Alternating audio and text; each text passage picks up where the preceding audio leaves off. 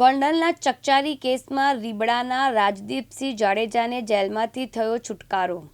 થોડા સમયથી જૂનાગઢ જેલમાં રહેલા રીબડાના રાજદીપસિંહને ગઈકાલે જામીન મળતા તેઓ જેલ બહાર આવ્યા છે। ગોંડલના અમિત ખૂટ આપઘાત પ્રકરણમાં રાજદીપસિંહ જાડેજા હતા જૂનાગઢ જેલમાં, ત્યારે તેમના કોર્ટ દ્વારા જામીન મંજૂર થતાં તેઓ જેલમુક્ત થયા છે અને આ તકે તેઓને મીડિયા સાથેમાં કંઈ પણ બોલવાનો ઇનકાર કર્યો હતો।